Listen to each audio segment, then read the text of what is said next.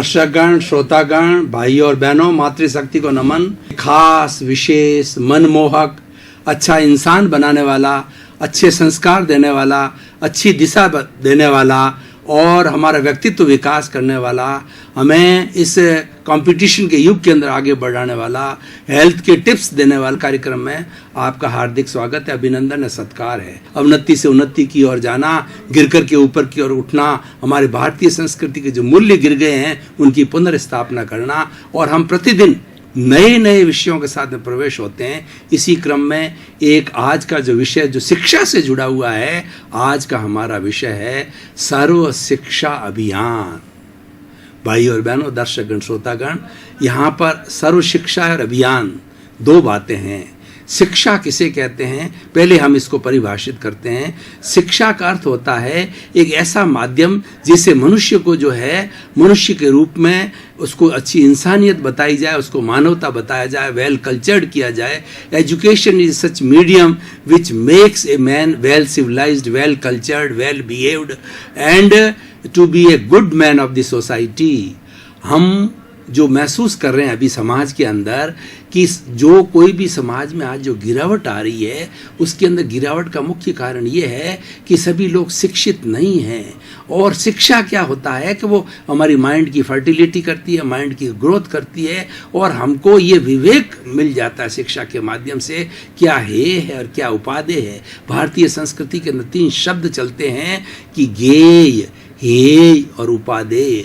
ज्ञेय का मतलब इस सृष्टि के अंदर जितनी भी बातें हैं, अच्छी बातें हैं, बुरी बातें हैं, ज्ञान है, आत्मा का ज्ञान है, भौतिक ज्ञान है, चराचर जगत है, और दूसरा सभी तरह के धर्म दर्शन, उन सब का ज्ञान जो है ना, उसको जानना वह कहलाता ज्ञेय। और उसके बाद के अंदर हे का अर्थ होता है जो बुराई बुराई उसको छोड़ना। उपादेय का मतलब अच्छाई ग्रहण करना, गुणों को ग्रहण करना जो उपादेय कहलाता है, अवगुणों को छोड़ना कहलाता है, वो हे कहलाता है। ये जो डिस्टिंक्शन करवाती है, ये जो भेद करवाती है, वो शिक्षा है। शिक्षा के माध्यम से जो है मनुष्य जो विवेक को प्राप्त होता है, विवेक के लिए कहा गया है विवेक ये धम्ममाइये, विवेक ही धर्म है।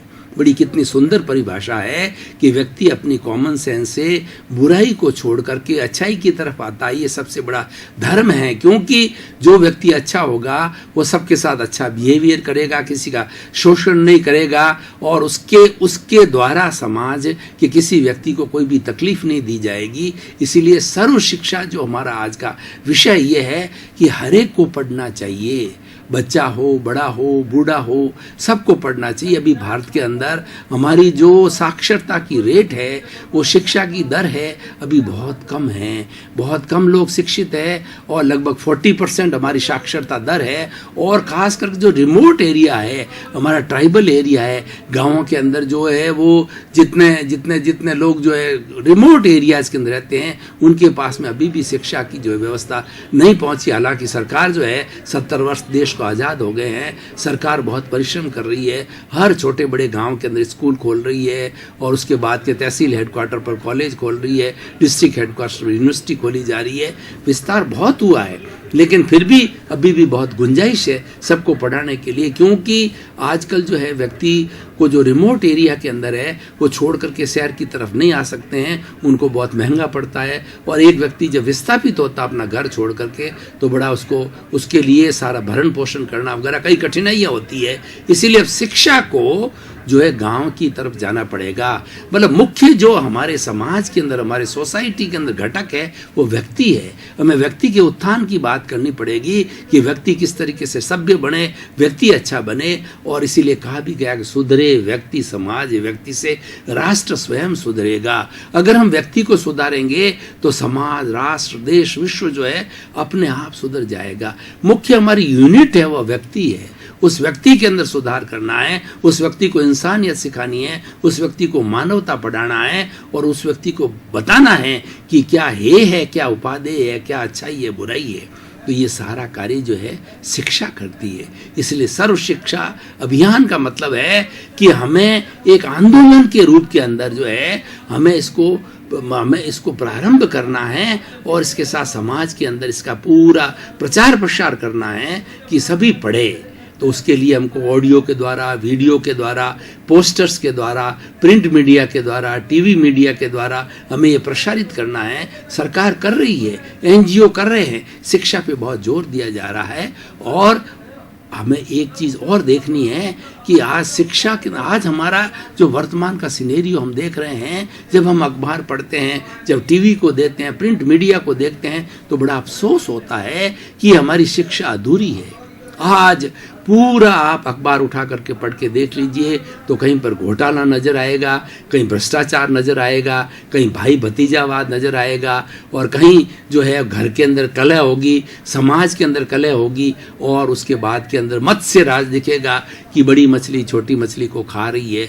तो ये जो कमी आ रही है ना, ये कहने का मतलब इतनी शिक्षा होने के बावजूद भी ये कमी क्यों आ रही है कि एक जो है, एक समझिए एक जज है वो क्यों भ्रष्टाचारी होता है, और एक पढ़ा लिखा व्यक्ति जो है क्यों सुसाइड करता है, एक डॉक्टर है वो क्यों रेप करता है, और एक दार्शनिक जो है क्यों घृणित कार्य करता है। इसका कारण क्या है? इसका कारण ये है कि हमारी शिक्षा में कहीं कहीं फॉल्ट है। शिक्षा के अंदर हमने ज्ञान तो बहुत दे दिया है, स्कूलों के माध्यम से, कॉलेज के माध्यम से, यूनिवर्सिटी के माध्यम से, और इंटरनेट एक ऐसा जो विशाल समुंदर है, ज्ञान का समुंदर है, वहाँ पर ज्ञान भरा हुआ है, व्यक्ति वहाँ से भी ले रहा है। लेकिन चरित्र निर्माण का जो ज्ञान है वो ज्ञान हमारे भावनात्मक लेवल पर नहीं जा रहा है। हमारे इमोशनल क्वोशेंट है ना, वो सही नहीं हो रहा। हमारा आईक्यू तो बहुत बढ़ गया है, हर व्यक्ति इंटेलिजेंट है, उसको एक प्रश्न कहो तो वो 4 जवाब देता है, एक बात कहो तो 4 आर्ग्यूमेंट देता है, यानी बुद्धि बहुत शार्प हो गई है, तेज हो गई है। लेकिन बुद्धि के साथ जो समर्पण है उसकी बहुत कमी आ गई है, और वो समर्पण करने के लिए बुद्धि के आगे जाना पड़ेगा, प्रज्ञा के जगत में जाना पड़ेगा। पूरी पुरानी जो हमारी गुरुकुल प्रणाली उसको हम देखें तो गुरु के पास में 25 वर्ष की उम्र तक जो है गुरुकुल के पास, गुरुकुल में जो कोई भी स्टूडेंट रह करके अपनी शिक्षा ग्रहण करता था तो उसको गुरु जो है व्यवहारिक जगत और आध्यात्मिक जगत दोनों की जो शिक्षा देता, दोनों में संतुलन बिठाता है। क्योंकि हमारी जो दोनों जगत है, जो हमारा लौकिक जगत है, व्यवहारिक जगत है, वह भी जरूरी है, हम उसके अंदर जीते हैं। लेकिन भीतरी जो जगत है, शोधन जो होता है वो भीतरी जगत में होता, बाहर नियंत्रण होता है, और नियंत्रण स्थायी नहीं होता है, नियंत्रण टेम्परेरी होता है। नियंत्रण के लिए आज पुलिस है, आज हमारी इतनी जुडिशरी है, और उसके अलावा बहुत से पनिशमेंट है हमारे, वो नियंत्रण करते हैं। लेकिन शोधन करने वाला व्यक्ति, सब्लिमेशन करने वाला व्यक्ति जो है भीतर से बदल जाता है, और भीतर से बदला हुआ व्यक्ति कभी भी कोई भी दूषित कार्य नहीं करता है, कोई घृणित कार्य नहीं करता है, वह जो है चरित्रहीनता का कार्य नहीं करता है। तो आज शिक्षा के अंदर कमी आई है, वो हमें सर्व शिक्षा अभियान चलाना है। सभी शिक्षक तो साथ साथ के अंदर शिक्षा के अंदर हमें एक ये चैप्टर ये जोड़ना है कि व्यक्ति का भावनात्मक विकास होना चाहिए, और ये बचपन से ही होना चाहिए। बचपन से ही जो है वो बच्चा भीतरी जगत में जाना सीखे। भीतरी जगत में जाने के लिए हमें मेडिटेशन करना चाहिए, महाप्राण ध्वनि करना चाहिए, आसन करना चाहिए, और दूसरा मौन करना चाहिए। ये ऐसी चीजें हैं जो कि हमको भीतरी जगत का सारा जो है वो जो हमारा जो क्या अंदर चल रहा है उसका कायाकल्प हो जाता है, और उसको हमको सच्चाई मिलती है। भीतरी जगत के अंदर ट्रुथ है, क्योंकि हमारी 3 तरह के जो है हमारे मन कहे जाते हैं। पहले एक चेतन मन होता है, वह चेतन मन है हमारे इस शरीर के लेवल के ऊपर काम करता है, जितना सोचना है, इंद्रियों का संसार है, जितनी कार्य पद्धति है, जितना लौकिक कार्य है, वो हमारा चेतन मन करता है। उसके बाद में आता अवचेतन मन। अवचेतन मन भीतर है, उसको ल्यूमिनियस बॉडी कहा जाता है, उसको जो है तेजस शरीर कहा जाता है। वहाँ रूपांतरण होता है, व्यक्ति कोई भी बदलता है वो अवचेतन मन के अंदर बदलता है, सब कॉन्शियस माइंड के अंदर बदलता है। कॉन्शियस माइंड केवल कार्य करता है, वो मैकेनिक है, वो एक मैकेनिकल वर्क करता है। लेकिन जो सब कॉन्शियस माइंड है वहाँ पे रूपांतरण होता है, वहाँ ट्रांसफॉर्मेशन होता है। आप बड़े बड़े देखिए, जो जैसे कि बड़े बड़े डाकू थे, वाल्मीकि को देखिए, और उसके बाद तुलसीदास जी को देखिए, ये बहुत बड़े अय्यासी थे, बड़े डाकू थे, लेकिन वो अवचेतन मन के अंदर गए तो उनके अंदर रूपांतरण हुआ, और रूपांतरण होकर के वो बड़े संत हो गए। उन्होंने रामायण लिखी, तुलसीदास जी ने रामचरितमानस लिखा, और इस तरीके से उनके अंदर परिवर्तन आया। हम देखते हैं कि कोई व्यक्ति जो है वो अचानक कैसे परिवर्तित हो जाता है। उसके लिए एक अच्छा गुरु चाहिए। गुरु उसको अवचेतन मन पे ले जावे, भीतरी जगत में ले जावे। भीतरी जगत के अंदर हमारे शब्द नहीं है, वह वाइब्रेशंस है, और वाइब्रेशन अच्छे बुरे दोनों हैं। तो हम अभ्यास करके हमारे जो बुरे वाइब्रेशंस आ रहे हैं उनके सामने अच्छे वाइब्रेशंस खड़े कर दें। भीतरी हमारे अवचेतन मन के अंदर छत्र की लेशियां होती, लेशिया मतलब कलर्स। कृष्ण नील कापोत, तेजो पद्म शुक्ल लेशिया कहलाती है। कृष्ण नील कापोत है, ये हमारे नेगेटिव थॉट्स होते हैं। जब ये ब्लंट कलर्स जो होते हैं वो डार्क कलर की जो है काला, नीला और जो है कबूतरी कलर का होता है, तो इसकी जगह जो है हमें जो कृष्ण नील कापोत की जगह तेजो पद्म शुक्ल लेशिया को खड़ा करना है। तेजो का मतलब यह है कि जब सूर्य की लालिमा आती है, उगता हुआ सूरज होता है, वह जो पिंक कलर का है वो लालिमा लिए वो तेजो लेशिया है। पद्म लेशिया जो चमकते हुए हल्दी की तरह का कलर है, और शुक्ल लेशिया है चमकता हुआ सफ़ेद रंग है। जब ये हमारी अच्छी लेशियाएँ आ जाती है तो हम लेशियाओं को, अच्छी लेशियाओं को खड़ी कर देते हैं, तो हमारी जो बुरी लेशियाएँ, जो नेगेटिव थॉट्स हैं वो पॉजिटिव के अंदर बदल जाते हैं। इसके लिए थोड़ा अभ्यास चाहिए, थोड़ी साधना चाहिए, थोड़ा गुरु चाहिए, और ये सारा रूपांतरण भीतरी जगत में होता है, अवचेतन मन के अंदर होता है। इसलिए व्यक्ति को अच्छा बनने के लिए आज हमारा जो अवचेतन मन का कॉन्सेप्ट है, जो भीतरी जगत का कॉन्सेप्ट है, जिसको हम प्रज्ञा का जगत कहते हैं। प्रज्ञा हमारी जो है वो मोक्ष की रिप्रेजेंटेटिव है। प्रज्ञा हमारी शुद्ध आत्मा की रिप्रेजेंटेटिव है। वह कभी गलत काम नहीं कराती है। वो हमें हमेशा ये निर्देश देती रहती है कि हाँ तुम गलत कार्य कर रहे हो, ये चरित्रहीनता का कार्य है, ये नहीं किया जाना चाहिए, ये दूषित कार्य है, इस कार्य से जो है वो तुम्हारी बहुत बड़ी बदनामी होगी। हर वक्त चेताती भाई और बहनों, दर्शकगण, श्रोतागण, आपने कभी सोचा होगा कि हम कोई भी कार्य करते हैं तो हमारी दो तरह की जो है वो चेतना भीतर आ जाती है। मान लीजिए किसी का जो है एक पर्स पड़ा है जिसके अंदर काफ़ी रुपए हैं, तो उसके अंदर मन कहता है इस पर्स को चुरा ले, कोई देख नहीं रहा है तो अपने भीतर रख ले। और एक दूसरा जो हमारा प्रज्ञा है वह बोलती है नहीं, जो अपना सो अपना, पराया सो पराया। और हम प्रज्ञा के वशीभूत होते हैं तो उस पैसे को उठा करके हम सरकार के पास के अंदर, पुलिस के पास में जमा करा देते हैं। और अगर हम मन के वशीभूत होते हैं उस पैसे को हम चुरा लेते हैं। उसके बाद के अंदर हालांकि चोरी का माल कभी पचता नहीं है, वो हमें किसी न किसी रूप में दंडित करता है, हमको पुलिस वाले ढूंढ लेते हैं, सजा भी देते हैं। तो ऐसा हमें कार्य नहीं करना चाहिए। तो भाई और बहनों, दर्शकगण, श्रोतागण, रूपांतरण की बात है। सर्व शिक्षा का अभियान हमें चलाना है। घर घर जो है हमें जाकर के ये पाठ पढ़ाना है कि सभी पढ़ो, छोटे बड़े बच्चे सभी पढ़ो। और उसके लिए सरकार बहुत कर रही है। आज हमारे बहुत सी स्कूल खुल गई है। इतनी तो हमारी प्राइवेट स्कूल्स है, उसके साथ साथ इतनी गवर्नमेंट की स्कूल है। हमारा इंफ्रास्ट्रक्चर बहुत सुंदर है। लेकिन बहुत से गांवों के रिमोट एरिया के अंदर ये देखा गया है कि घर वाले बच्चों को आज भी पढ़ाने के लिए नहीं भेजते हैं। तो हमें उन्हें प्रेरित करना चाहिए। हमारा मेन फील्ड जो है वो गाँवों में, NGO का आज मेन फील्ड है। गाँवों में जाकर के, ट्राइबल एरिया के अंदर जाकर करना है। वो आदिवासी जाति है, उस एरिया के अंदर जाना चाहिए। अभी भी वो जंगली जैसे ही है, और वहाँ पर सर्व शिक्षा अभियान चलाना चाहिए। सर्व शिक्षा अभियान के अंदर एक काम हमें करना है, चाहे बेटा हो बेटी हो, सबको पढ़ाना चाहिए। ये डिस्टिंक्शन नहीं करना चाहिए कि लड़का पढ़े और लड़की ना पढ़े, सब पढ़े। हर एक प्राणी मात्र, मनुष्य मात्र जो है पढ़ना चाहिए। और बच्चा जब 4-5 साल का हो तभी से उसको शिक्षा में डालना चाहिए, और शिक्षा भी पूरी दिलानी चाहिए। क्योंकि ये जो 20-25 साल की जो उम्र होती है शिक्षा की उम्र होती है, और इस समय के अंदर लिया हुआ ज्ञान जो है पूरे 100 वर्ष तक चलता है। क्योंकि ज्ञान हमारी फाउंडेशन है, शिक्षा हमारी फाउंडेशन है, उससे हमारी मेंटल ग्रोथ होती है। अब देखिए, कोई इंजीनियर बनता है, कोई डॉक्टर बनता है, कोई CA बनता है, कोई जुडिशरी का कोर्स करता है। तो ये हमारा क्या है कि मेंटल ग्रोथ है, ये हमारा मस्तिष्क को फर्टाइल कर देती है। अब धीरे धीरे जब हम अभ्यास में जाते हैं, केसेस को डील करते हैं, तब तब हमारा अनुभव बढ़ता है। और ये अनुभव के बढ़ोतरी के साथ साथ में हम एक्सपीरियंस्ड होते हैं, और अनुभव के आधार पर हम बता सकते हैं कि ये व्यक्ति दोषी है और ये व्यक्ति अपराधी है, या इस व्यक्ति के साथ भी ये करना चाहिए। जो बहुत कहना चाहिए, अच्छे अच्छे जो वकील हैं ना, वो जो फेस रीडिंग करके बता देते हैं कि अपराधी एक नहीं है। डॉक्टर जो है वो पेशेंट को ज़्यादा पूछताछ नहीं करे, उससे मात्र जो है उसकी नाड़ी देख करके, उसके फेस को देख करके बता देते हैं कि इसको ये बीमारी। ये कैसे होता है? ये सब अनुभव से होता है। और ये अनुभव कब होता है कि हमारी फाउंडेशन जो स्ट्रांग होनी चाहिए, हमारी शिक्षा अच्छी होनी चाहिए। अगर कोई व्यक्ति जो है प्रारंभ से नहीं पढ़ता है, स्कूल नहीं जाता है, फाउंडेशन को नहीं करता है और उम्र प्राप्त हो जाता है, तो ये कमी उसको हर वक्त खलती रहती है कि मैंने जीवन के अंदर जो है पढ़ाई नहीं करके एक बहुत बड़ी कमी छोड़ दी। और कमी वास्तव महसूस होती है, क्योंकि आज का युग है ग्लोबलाइजेशन, प्राइवेटाइजेशन और लिबरलाइजेशन का है।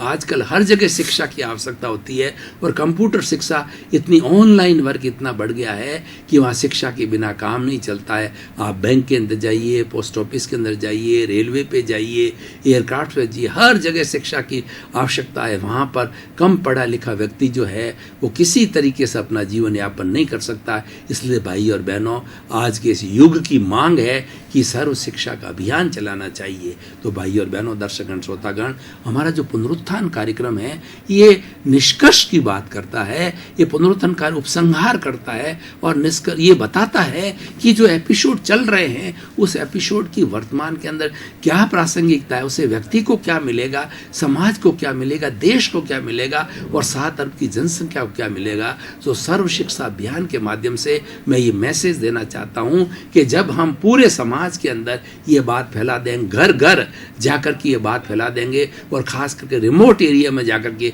ये बात फैलाएंगे कि सबको पढ़ना चाहिए और चाहे बच्चा हो चाहे बच्ची हो, पढ़ना आवश्यक है। जैसे कि हमारे शरीर के लिए भोजन आवश्यक है, उसी तरह से आज के युग के अंदर पढ़ाई भी दी इक्वली एसेंशियल है, क्योंकि इसके बिना हमारा कोई भी जीवन यापन होने वाला नहीं है। प्राय पर आज देखा गया है कि सभी माँ बाप जो है अपनी कठिनाइयाँ झेल करके बच्चों को बहुत अच्छी एजुकेशन दिलाते हैं और बच्चों को प्रारंभ से ही हम अच्छा पढ़ाना लिखाना सिखा देते हैं तो अच्छी मेरिट में जा कर के और अपने जीवन का बहुत अच्छा उद्धार कर सकते हैं। दूसरी बात जो है, मैं इस एपिसोड के अंदर खास तौर से ये जोर दे करके और सबका ध्यान आकृष्ट करके करना चाहूँगा कि शिक्षा हमारी तोता रटन नहीं होनी चाहिए, शिक्षा हमारी अनुभवजन्य होनी चाहिए, शिक्षा हमारी प्रज्ञा के जगत की होनी चाहिए, शिक्षा हमारे मूल्यों की शिक्षा होना चाहिए, शिक्षा हमें एक चरित्रवान व्यक्ति बनावे, शिक्षा हमें एक अच्छा इंसान बनावे, शिक्षा हमें मानवतावादी बनावे, ऐसी शिक्षा हमें देनी चाहिए। उसके लिए जो हमारा भावनात्मक विकास, इमोशनल क्वोशेंट को अच्छा करना बहुत ज़रूरी है। और ये कहाँ से होगा? ये भीतरी, इसका करेक्शन जो है वो भीतरी जगत में होगा, ट्रांसफॉर्मेशन के अंदर। इसलिए हर शिक्षा के साथ साथ में जो है धार्मिक पढ़ाई कराई जानी चाहिए और स्पिरिचुअल स्टडी के साथ साथ में मेडिटेशन होना चाहिए। उसके लिए सबसे बड़ा योग बहुत अच्छा विषय है, अष्टांग योग है, ये कंपलसरी होना चाहिए स्कूल से लगा करके।